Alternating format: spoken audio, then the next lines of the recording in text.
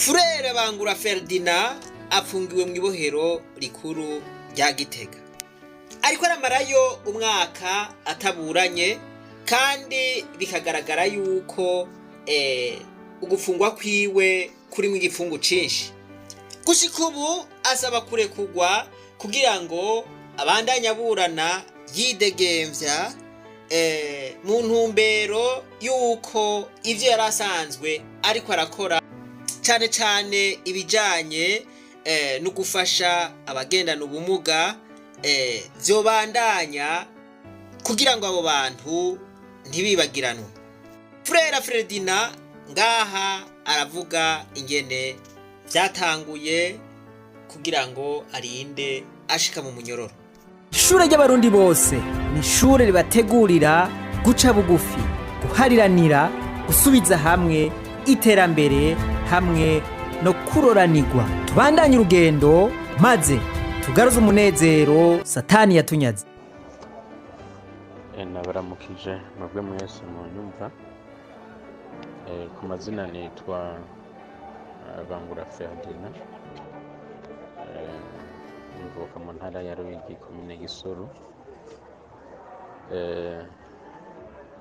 Natanguye kurangurira ubutumwa mu muryango w'abatumwa w'umwungere mwiza n'umugabekazi w'isenakuro Igitega. Hanyuma mbandaniriza ivyigwa vyanje mu seminari nkuru y'Ubujumbura. Hanyuma umwaka uheze barampagarika mu muryango kuko naragize ikibazo cyo kurwaza umuvyeyi, hama ndamwitwararika nije ndimfura mu muryango. Abandi bana bari bakiri bato, kumbure jewe kubera ntamenye ico bari bagamije kuri jewe abavukanyi bo muri uwo muryango. Maze kubona ko umuvyeyi atuye Mitende nkamuzana aha Igitega, nasanze baranditse makete yo kunyirukana, niko kuva muri uwo muryango. None rero nca mbandandiriza niyumvira kubandanya igikorwa nk'uko umutima wanje wabimpa, kuko nari nakunze uwo muryango ko witwararika gufasha abatwa. Mukaba muzi ko ari abantu muri kino gihugu cacu c'u Burundi bakengeretse, mbere binubwa. Nanje rero nkaba numva umengo bwoba ari ubutumwa bw'iwanje, kandi narabikunda cane. Hanyuma rero nca niyumvira ko nobandaniriza ubwo butumwa bw'abantu nyene bagowe mu bagendana ubumuga, aho hari ikigo umusaseredoti wo mu missionnaire wa Afrika yari yaratanguje citwa Fondation Sainte Rita itwararika abagendana ubumuga. Rero narahejeje ndumva ko ubwo butumwa umenga Imana yoba indungitse kubandanyiriza ubwo butumwa muri ico kindi kigo. Umubikira yari asigaye yatanguranye n'uwo mupatiri yitwa Carolina Irambona, yaranyakiriye amaze kumva n'ibikorwa nahora nkora mu muryango, aranshima, mbere ansaba ko noserukira iyo fondation nka perezida wayo, kugira ngo ndabe ko ibibazo iyo fondation ifise noshobora kubitorera inyishu, kuko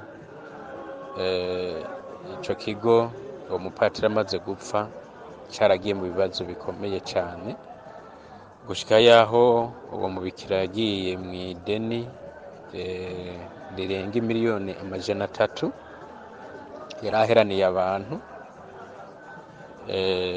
Rero gushika naho ikigo yari afise muri yoba kigurishwa, cagurishijwe mbona jewe bansaba kubabera umwanditsi nk'uko nyine nari nsanzwe ndabizi kwandika. None rero turafashanya ubwo butumwa. Niyumvira icambere cofasha abagendana ubumuga bakoranira aho hantu, niyumvira gutanguza sosiyete kuko ndari nsanzwe mfise ubuhinga bwo guhingura ibintu bitandukanye, nk'umuvinyu wo mu bitoke niwo tubahereyeko, kandi mukamara bihezagira biratera imbere. Mugabo igurishwa ry'ico kibanza co muri Yoba ryagiye ritwaye. Hanyuma rero uwaguze ico kibanza acarondera kugenda atwaranye na sosiyete n'abakozi bahakora. Rero biratubera intambamyi cane, ndakurikirana ndanamwitwarira kuko yaraje araterurana ibintu byose bya sosiyete. Akaba ari umushinga ntahe yitwa Inosa, yahoze atwara ishure ry'imyuga ry'ikarera.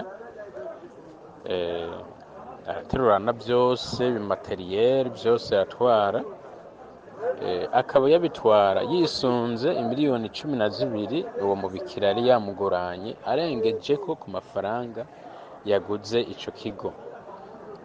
Amaze kugura ico kigo, abagendana ubumuga barangaye barabura aho baja, baraja mwibarabara. N'uyu munsi kikaba ari kibazo, n'uyu munsi bakaba batararonka ahandi hantu bashobora gukorera. Kikaba nanje cari ari kibazo cambabaje kikanshika ku mutima nkabura uko ndabigira. Niho rero twaca twimukira i Murayi, ariko ndiko ndakurikirana n'urwo rubanza rw'ivyo bintu vyatwawe. Bimaze gutwagwa naciye ndabikurikirana, turitura shefu wa kabine wa Buramatari, aratuma ko uwo mu Inosa, kubera bari bazinanye, yavuga ati iyi dosiye numva ikomeye cyane, kuko inkuru y'umwana isubira inyuma. Jewe Inosa namutaburije convocation yarigeze kuntumako ntazi ico agomba nkoreshe, araheza aranshira mu muduga arantwara aho bita hariya Imweya, arantwara muri iyo modoka ari kumwe n'abahungu babiri, nawitwa Asumani niwe yari mu komisionere wiwe. Bagiye kungirira nabi kunyica. Hanyuma umutima mpanuza arabavugiramwo, baravuga ngo turabiretse. Turi mu muduga nyene w'amafime wirabura nyene, twashitse hari Imweya, ngo ariko ngo sinzosubire kumutaburiza ngo amakonvocation. Niho rero uwo shefu wa kabine wa Buramatari yavuga ati jewe mu kubahuza, mu kubumvikanisha, reka ntabure kuko uwo mubikira yari yamusinyiye chèque sans provision y'izo miliyoni 12. Ati rero wa mubikira ni muhebe ivyo bintu bya sosiyete yatwaye, hama ntabure iyi chèque sans provision wari wamusinyiye. Jewe nandi ivyo nk'uwaserukira ishirahamwe, abandi banywanyi baranka ko ndabatumako, wanashaka jewe narase gusinya no kuri urwo rupapuro, arabagirira amasezerano, arabagirira PV yuko umwe atagisubira kurondera ubundi. Murumva ko sosiyete irahomvye yose, urumva n'abakozi bose baratashe, n'inzoga twari gushora zose barapake muri jipe baratwaye, sosiyete ibirakwanga. Jewe rero ncaneye uwundi mugambi w'ingene sosiyete yosubira kuvyuka, niko rero guca postira kuri internet muri uwo mugambi wa payeji. Hanyuma ndiko ndakorera nyene i Murayi, abanywanyi barase kuza ko twobandanya kuko harimwo umugweza atunga yitwa Apolineri, twari turi kumwe nyene muri sosiyete, yari yipfuje ko twobandanya umugambi. Ati mugabo umugambi wa sosiyete ntitwobandanya turi kumwe n'uwo mubikira, ati ko murabona ivyo yadukoreye. Jewe rero natanguye igikorwa cyo kwigisha abagendana ubumuga muri paruwasi ya Murayi, uwo mubikira ahaza umubanyi amubwira amajambo ngo ko jewe ngo menze nabi ngo ntazi kubana, amutegeka ko je yonyirukana. Uwo mubikira nawe umengo no mu bwonko bwiwe ntapanze, yateye anyirukana. Jewe nca ndatekera bukeye nca ndaza aha Igitega, nshikira mu kigo cyo mugwizatunga Apollinaire kugira ngo tubandanye umugambi wa societe. Turandikira n'amakete umushikiranganje mu vyajeje harimo vy'amahinguriro, aratubwira ati ahubwo nukwitwarira n'uwo mubikira kubera yarahombeje isosiyete. Natwe turavuga duti asanzwe afitiye amadeni abantu miliyoni zirenga amajana 3, none twebwe izi miliyoni 12 azozikura, ahubwo twebwe ico mwodufasha mwoduhereza ubwo ruhusha rw'uko twimura ikibanza ca sosiyete tugakorera muri urwo rupangu rw'uwo mugwizatunga yitwa Apollinaire. Nuko rero dutanguye nyene gukora, wa mubikira carumva ko ararondeza iyo nateye nje, cayumva yuko nagiye gukorera aho hantu turiko turakora, acarungika documentation kumfata. Burya nca mfungirwa aha Ibomani, bararondera ibyo banyagiriza byose barabura, niko kuzana urwandiko bagereraniye n'umu opeji, nyamba bamengo bamwitwa Benoit, bagiraniye ubwo rwandiko ngo banzanire ngo sinye ngo ko mbwirizwa ngo kuva muri iyo sosiyete ngo kugira ngo ndekugwe. Ngende babwira none jewe mve muri sosiyete, jewe natanguje na formule chimique bakoresha mu guhingura izo nzoga ari je nayizanye. Cende babwira nti je ivyo ntivyokunda, jewe umugambi je nzowubandanya. Uwo munsi ntibansohoye mu gasho, naciye ndarayo mugabo bukeye barandekuye. Burya rero yasubiye kundondera mu nyuma ansaba ikigongwe ngo nsubire kubandanya igikorwa cyo kwegeranya abagendana ubumuga, buko abo nari maze kwegeranya bamaze kumva ko nagiye nabo baciye baheba kugaruka. Ndasubirayo ndavuga nti ivyo nibisanzwe, ariko twaciye tugiriranira amasezerano. Ayo masezerano ndayafise narayabitse kuri email. Niko rero mazeyo umwanya muto niko ko baca bampamagara muri formation muri payeje iyo financement. Barambwira byo nabwirizwa guhindura, kwari ukongeramwo abagendana ubumuga bashobora nyene kugira ngo babone muri payeje ko igikorwa ari c'abagendana ubumuga koko. Yego niho naca nshiramwo nyene umwigeme agendana ubumuga ashobora no kurongora societe, kuko sinari gushobora kubyifasha ngo nshobore kurongora fondation na societe.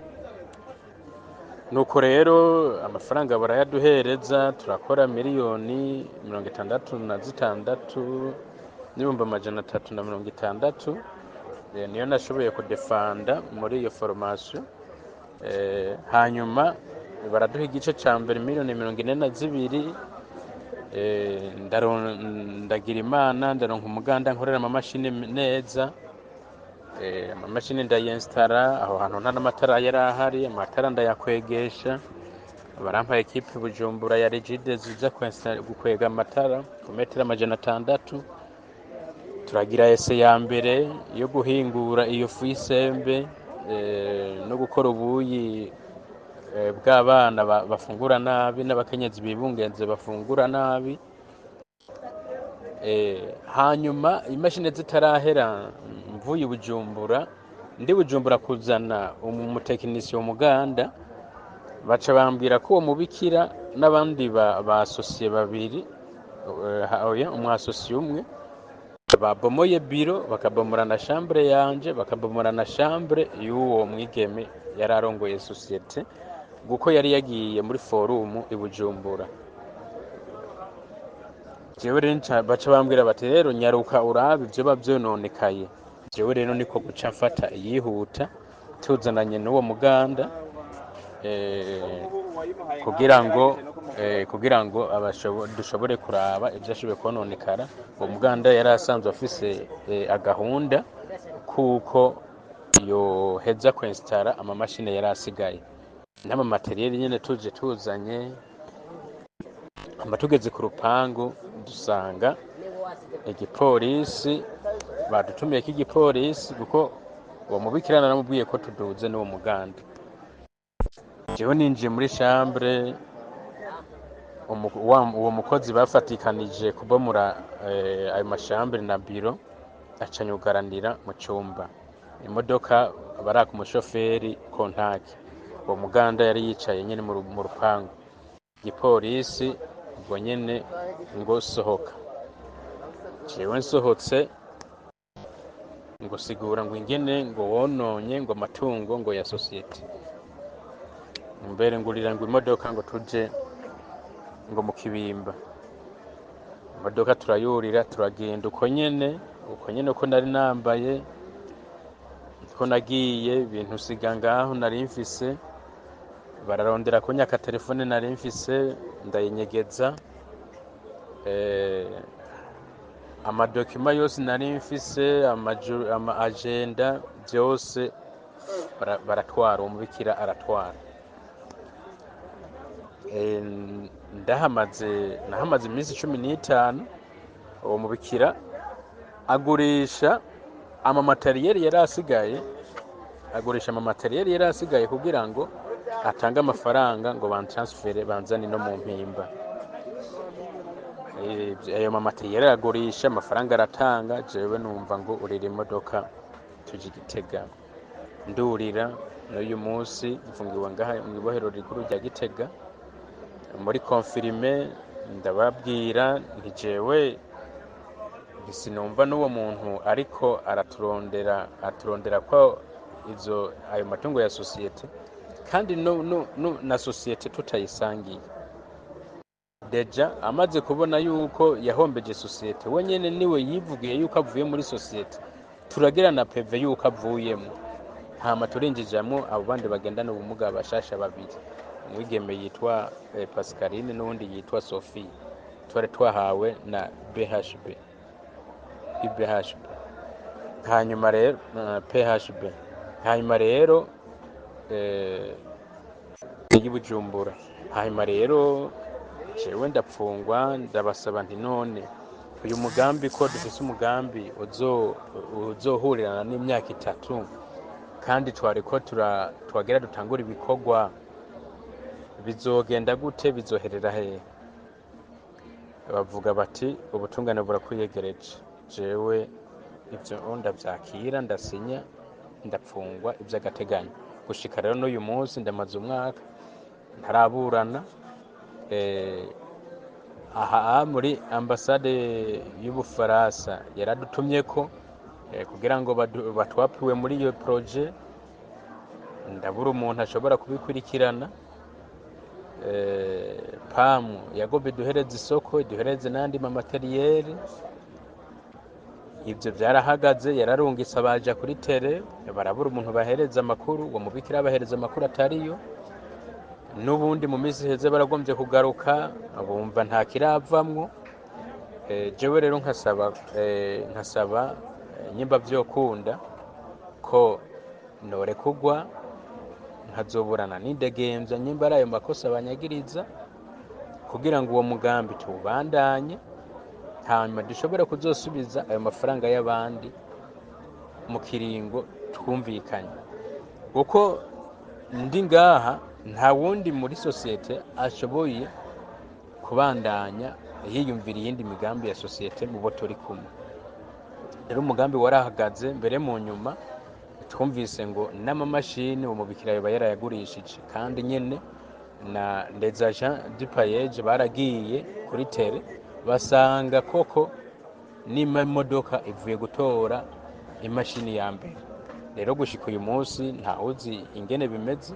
Jewe nkasaba ko mwomvugira kugira ngo ico gikorwa tukibandanye, kandi nabo bagendana ubumuga bashobore kubandanya baronka aho bashobora kwiyumva ko nabo bashikiririza ivyiyumviro vyabo, biyumve ko tubandanya ubutumwa. Eka by'ukuri n'umugambi nare natanguje wuko toza turagorora abana ubandanye, kubera uwo mubikira cerukana abo bana bose nk'ubu bana baransubiye n'inyuma. Reka naho mwoja gutemberera muri ako karere mukabaza nk'abana nk'abavyeyi barafise abo bana ubu barafise akababaro kadasanzwe.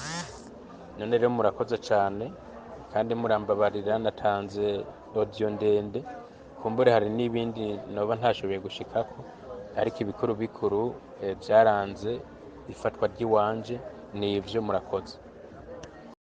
Umuntu umwe niwe yigeze kuvuga ati ahatari ubutungane imvuga kuri uzisanga mu gasho.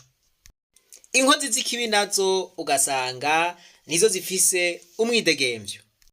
Nivyo turavuga yuko mu 2040 igihugu c'u Burundi azoba ari igihugu cifashe, mu 2060 kikaba ari igihugu giteye imbere.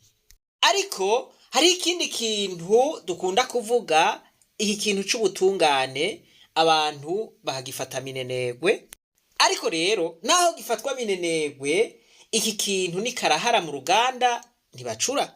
Fate yuko nk'uyu amaze umwaka mu gasho ataburanishwa kandi yariko arakora iyi migambi, yahawe amahera n'igihugu, yariko arafasha abagendana ubumuga, yariko arakora ibikorwa bizana amakori mu gihugu. Dufate yuko iyo bapfunzwe arenganywa, dufate yuko basi hoba hariho akarenganyo. Mwumve ntituvuze yuko atakoze amakosa, ariko yarakoze amakosa. Ubutungane bwokora yategerezwa kuba yaraburanishijwe, hanyuma acirirwa igihano, akagicirirwa, canke naho yezwa akezwa akabandanya ibikorwa. Dufate yuko ariko ararenganywa, awe amafaranga y'igihugu ayahabwa na payeje, ubu ntariko arakora ibikorwa, vyarahagaze, amaze umwaka wose, hasigaye imyaka 2 kugira ngo asubize ayo mahera. Societe amamashine yaradandajwe kandi na payeje irabizi. Nukuvuga ngo leta yonyene iriko irahomba, abanyagihugu boronse akarusho kubera iyo societe ntako bariko bararonka.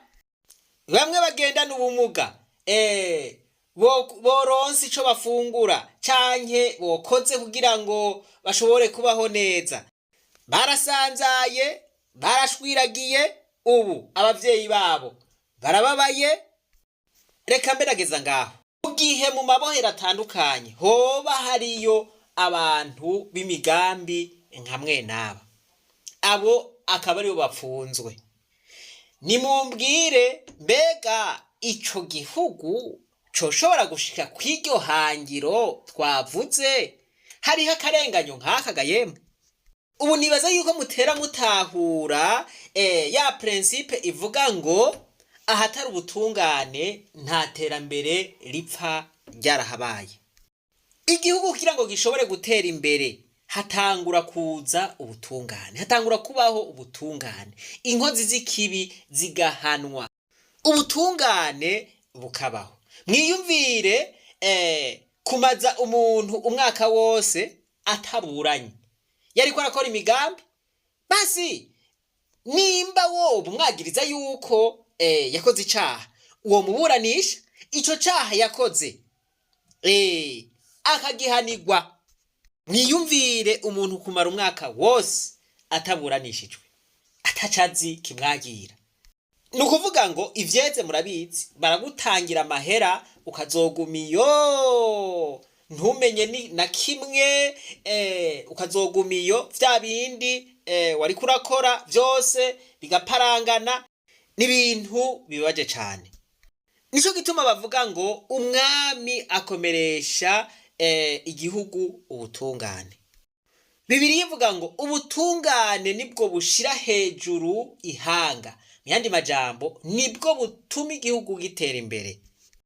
No haba mvuga menshi murambabarira, ariko mwumvise ico Ferdinand asaba kurekugwa akaburana yidegemvya, kugira ngo naho yoba ariko araburana abandanye akora ya migambi, ya masezerano bahana na ca kigo c'igihugu kimwe payeje azokubahirizwe, ya myaka 3 izohere basubije aya mahera.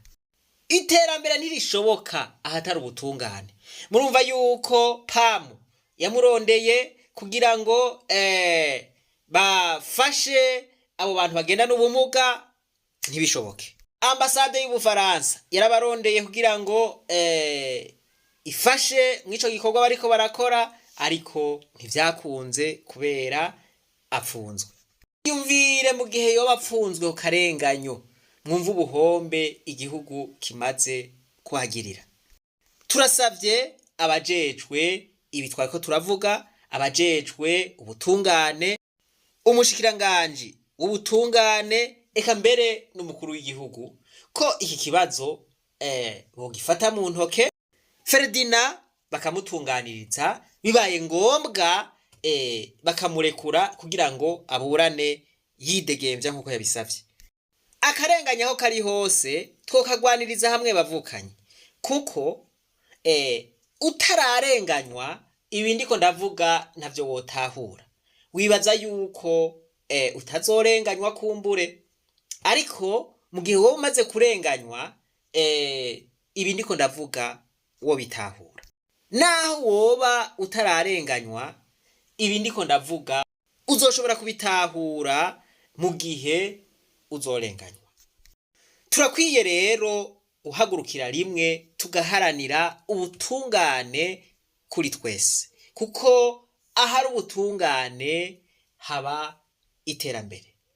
Nimba twipfuza vy'ukuri yuko igihugu c'u Burundi gitera imbere, dutegerezwa guhagurukira ubutungane. Hategerezwa kubaho uburongozi buhagaze canke bushingiye ku butungane. Bavukanyi, ntimwibagire kugira subscribe, jeme no gufyonda kuri kakazogera. Ahasigaye reka twibandanize rwa rugendo rwacu, maze tugaruze umunezero Satani yatunyaze. Umuntu atarashika mu ishure ry'abarundi bose turamuhaye kaze.